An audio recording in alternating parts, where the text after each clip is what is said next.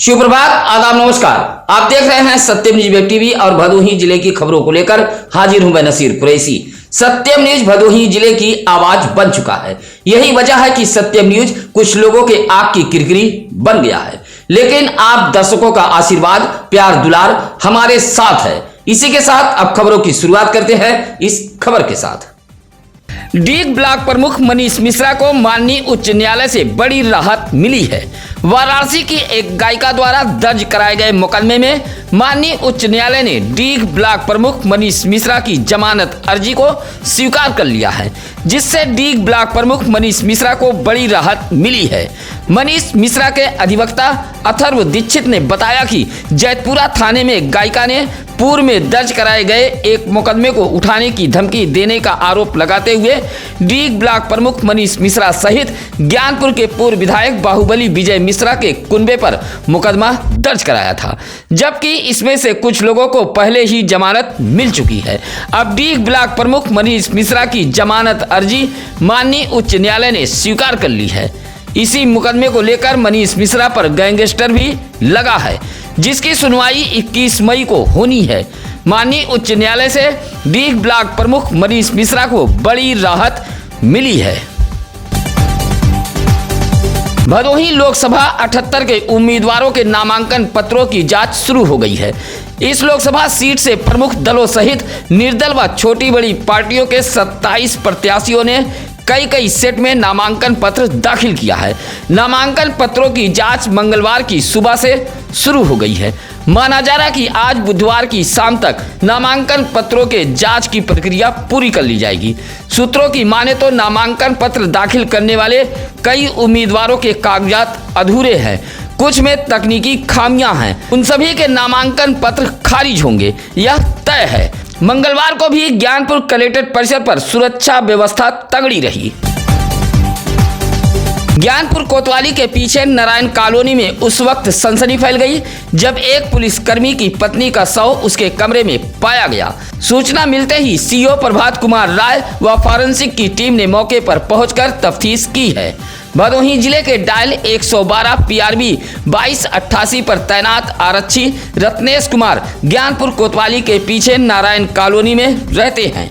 साथ में उनकी पत्नी प्रियंका चौधरी भी रहती थी। वर्ष 2019 में रत्नेश व प्रियंका की शादी हुई थी। प्रियंका का मायका गाजीपुर है। बताया जाता है कि रात पति पत्नी के बीच कुछ अनबन हुआ। पति रत्नेश कुमार घर के बरामदे में सो गया। सुबह देर तक दरवाजा नहीं खुला तो आवाज देने लगा, लेकिन कोई आहट नहीं मिली। देखा तो प्रियंका चौधरी कमरे में पंखे और दुपट्टे के सहारे थी। सूचना मिलते ही कॉलोनी में सनसनी फैल गई। पुलिस ने मायके वालों को सूचना देते हुए शव को पोस्टमार्टम के लिए भेज दिया था। सुरियामा कोतवाली इलाके के बहरैची चक भगवान यादव बस्ती में आग लगी की बड़ी घटना घटी है। मड़हे में बंधी एक भैंस की जहां मौत हो गई है, वहीं आग की चपेट में आने से 4 भैंसें घायल हो गई हैं। सूचना पर एसडीएम भदोही शिव प्रकाश यादव व हल्का लेखपाल मौके पर पहुंचे थे। यादव बस्ती निवासी हरिशंकर यादव के मड़हे में दोपहर 2 बजे चूल्हे की राख से आग लग गई। देखते ही देखते आग ने पूरी तरह मड़हे को अपने चपेट में ले लिया था। आग इतनी तेज थी कि मड़हे में बंधी भैंस को भी बचाने में बस्ती के लोगों को जोखिम उठाना पड़ा। काफी मशक्कत के बाद मड़हे में बंधी भैंसों को बाहर निकाला गया, लेकिन तब तक एक भैंस की जहां मौत हो गई, वहीं 4 भैंस घायल हो गई थी। आग लगने से इलाके में अफरा तफरी मची रही। असनाव बाजार के बैराखास मोड़ के समीप एक तेज रफ्तार टेम्पो पलट गई। हादसे में टेम्पो में सवार महिला, बच्चे सहित कुल 11 लोग घायल हो गए हैं। हादसे के बाद चालक जहां टेम्पो छोड़कर मौके से फरार हो गया था, वहीं सूचना मिलते ही सरकारी एम्बुलेंस के EMT बटेश्वर यादव, सभाजीत बिंद व पायलट राजू संजय यादव 2 गाड़ियां लेकर मौके पर पहुंचे थे। सभी घायलों को जिला अस्पताल ज्ञानपुर लाया गया था। ज्ञानपुर कोतवाली इलाके के जयसिंहपुर से एक ऑटो रिजर्व कर बनवासी परिवार के 2 बच्चे सहित कुल 11 लोग सुबह 8 बजे असनाव बाजार के मर्चवार गए हुए थे। दोपहर 2 बजे उसी टेम्पो से सभी लौट रहे थे। बैराखास मोड़ के समीप तेज रफ्तार टेम्पो पलट गई। टेम्पो में सोनू, करिया, रिंकू, प्यारेलाल, रेखा, प्रेमा, उषा देवी, पिता शांति सहित बच्चे अंश व आदेश सवार थे। हादसे में करिया व रेखा को गंभीर चोट आई है, जिन्हें रेफर कर दिया था। बाकी मामूली रूप से घायल हैं। भदोही ब्लॉक का ग्राम सभा रामपुर जमीने सर्रोही गंदगी के लिए मशहूर हो गया है। गांव की बजबजाती नालियां ग्रामीणों को परेशान कर रही है। शिकायत के बावजूद भी ग्राम प्रधान आंख मूंदे बैठे हैं। ग्राम सभा रामपुर जमीने सर्रोही के मौर्या बस्ती में नाली पूरी तरह जाम हो गई है। बजबजाती नालियों से कीड़े निकल रहे हैं। इस भीषण गर्मी में गाँव की मौर्या बस्ती गंदगी से जूझ रही है। गाँव के लोग संक्रामक बीमारी फैलने की आशंका जता रहे हैं। मौर्या बस्ती के चंद्रिका प्रसाद, रमेश चंद मौर्य, चक्रवर्ती मौर्य, चिंतामणि मौर्य, सूबेदार जैसे लोगों का कहना है कि बदहाली को लेकर कई बार प्रधान रमेश गुप्ता से शिकायत की गई, बावजूद प्रधान कुंभकर्णी नींद में सोए हुए हैं। गोपीगंज पड़ाव के समीप ब्रेकर पर तेज रफ्तार बाइक बेकाबू हो गई। हादसे में बाइक पर सवार 3 लोग घायल हो गए हैं। ज्ञानपुर के चकवा घनश्याम निवासी संदीप कड़ेदीन व टप्पू एक बाइक पर सवार होकर सीतामढ़ी गांव के एक बारात में गए हुए थे। रात करीब 1 बजे बाइक पर सवार होकर तीनों लौट रहे थे। बाइक कड़ेदीन चला रहा था। जैसे ही बाइक गोपीगंज के पड़ाव के ब्रेकर पर पहुंची तभी बाइक बेकाबू हो गई। बताया जाता है कि बाइक की रफ्तार काफी तेज थी, जिससे ब्रेकर पर बेकाबू हो गई। बाइक से गिरकर तीनों घायल हो गए थे। सरकारी एम्बुलेंस से तीनों घायलों को जिला अस्पताल ज्ञानपुर लाया गया था। प्राथमिक उपचार के बाद डॉक्टरों ने रेफर कर दिया था। औराई के महाराजगंज हुसैनीपुर गांव में उस वक्त हड़कंप मच गया जब 36 वर्षीय इंदू देवी नामक एक विवाहिता का शव पंखे के सहारे पाया गया। हादसे के बाद ससुरालियों में कोहराम मच गया। सूचना पर मायके वाले भी पहुंच गए थे। बताया जाता है कि हुसैनीपुर निवासी शिवलाल सोनकर की 36 वर्षीय पत्नी इंदू देवी के 3 बच्चे नैन्सी, आर्यन, ऋतिक हैं। शिवलाल सोनकर तरबूज की दुकान चलाता है। तरबूज लेने वह गैर जनपद गया हुआ था। दोपहर 3 बजे विवाहिता इंदू देवी अपने बच्चे को लेकर कमरे में सोने चली गई, जबकि इंदू देवी की सास धनिया देवी बगल के मढ़े में सो रही थी। बेटे आर्यन की नींद खुली तो देखा कि उसकी मां इंदू देवी पंखे के सहारे थी। चिल्लाते हुए आर्यन बाहर भागा। घटना के बाद इलाके में सनसनी फैल गई। सूचना पर औराई पुलिस के साथ फॉरेंसिक टीम भी मौके पर पहुंची थी। फिलहाल पुलिस ने शव को पोस्टमार्टम भेजते हुए जांच पड़ताल में जुटी हुई है। काशी प्रयाग के मध्य बसा भदोही जनपद साध्वी माता राजलक्ष्मी मंडा के प्रयास से अब आस्था का केंद्र बनता जा रहा है। भदोही में एक युग की शुरुआत हो गई है। हम बात कर रहे हैं भदोही ज्ञानपुर के बीच बसे देवनाथपुर बाजार के पास सुंदरवन की।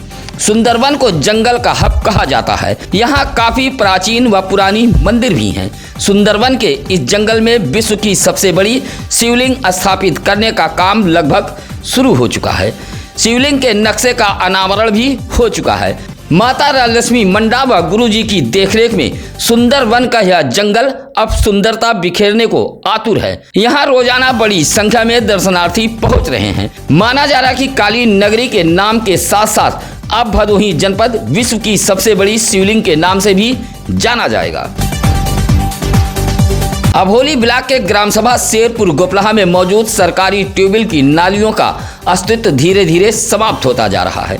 सिंचाई विभाग के जिम्मेदार अधिकारियों व कर्मचारियों के चलते सरकारी ट्यूबवेल की नालियां क्षतिग्रस्त हो चुकी हैं। ग्राम सभा के कलापुर में सरकारी ट्यूबवेल मौजूद है। इसी ट्यूबवेल से मिसराइनपुर, शेरपुर गोपलाहा जैसे गांव के किसान खेतों की सिंचाई करते हैं, लेकिन अब नालियां पूरी तरह क्षतिग्रस्त हो चुकी हैं। सिंचाई विभाग की लापरवाही के चलते सरकारी नालियों पर धीरे धीरे कब्जा भी हो रहा है। इलाके के किसानों ने क्षतिग्रस्त नालियों के मरम्मत कराए जाने की मांग की है।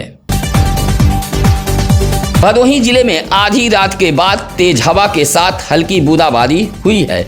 हवा से मलबे भी गिरे हैं। ज्ञानपुर के देवनाथपुर बाजार के लक्ष्मण पट्टी में चंद्रबली नामक बुनकर का मलहा रात करीब 12 बजे गिर गया। बुनकर चंद्रबली ने बताया कि रात करीब 12 बजे तेज हवा के साथ हल्की बूंदाबांदी हुई है। हवा के बीच उसका मलहा गिर गया है। कूटरचित फर्जी धोखाधड़ी कर बैनामा कराना एक पति पत्नी को भारी पड़ गया है। माननीय मुख्य न्यायिक मजिस्ट्रेट के आदेश के बाद औराई पुलिस ने कई अलग अलग धाराओं में मुकदमा दर्ज कर लिया है। मामला औराई के दिघवट गांव का है। दिघवट गांव निवासी स्वर्गीय शारदा प्रसाद की पुत्री रीना देवी ने मुख्य न्यायिक मजिस्ट्रेट की अदालत में अपने अधिवक्ता के जरिए गुहार लगाई थी कि गांव के ही रामबली पटेल ने साजिश के तहत उसे व उसकी मां को तहसील ले गए। जमीन पर नाम चढ़वाने के बहाने फर्जी तरीके से उसकी भूमधरी जमीन को अपनी पत्नी अनीता देवी के नाम बैनामा करा लिया है। मुख्य न्यायिक मजिस्ट्रेट ने औराई पुलिस को दिघवट निवासी रामबली पटेल व उनकी पत्नी अनीता देवी के खिलाफ मुकदमा दर्ज कर विवेचना करने का आदेश दिया है। मंगलवार को जिला बेसिक शिक्षा अधिकारी भूपेंद्र नारायण सिंह का कार्यालय बदला सा नजर आया। जिले के समस्त कस्तूरबा गांधी बालिका विद्यालयों की छात्राएं बीएसए कार्यालय पहुंची थीं। बीएसए कार्यालय पहुंचते ही छात्राओं ने बीएसए की कुर्सी पर बैठने की इच्छा जताई।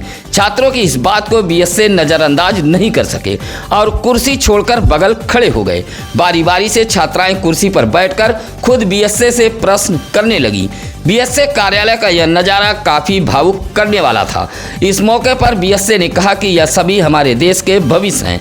छात्राओं ने भी पढ़ लिख कर बड़ा अधिकारी बनने का बीएसए को आश्वासन दिया। सभी छात्राओं को बीएसए की तरफ से गिफ्ट भी भेंट किया गया। मंगलवार को कलेक्टर सभागार में सामान्य प्रेक्षक बी जान व पुलिस प्रेक्षक संध्या रानी मेहता ने DM Vishal Singh, SP doctor Meenakshi कत्यान, अपर पुलिस अधीक्षक डॉक्टर तेजवीर सिंह सहित तमाम चुनाव में लगे अधिकारियों के साथ बैठक की। बैठक में राजनीतिक दलों के पदाधिकारी भी मौजूद रहे। प्रेक्षक गणों ने राजनीतिक दलों के पदाधिकारियों को भरोसा दिलाया कि लोकसभा चुनाव पूरी तरह निष्पक्ष, स्वतंत्र, पारदर्शी व और शांतिपूर्ण ढंग से संपन्न कराया जाएगा।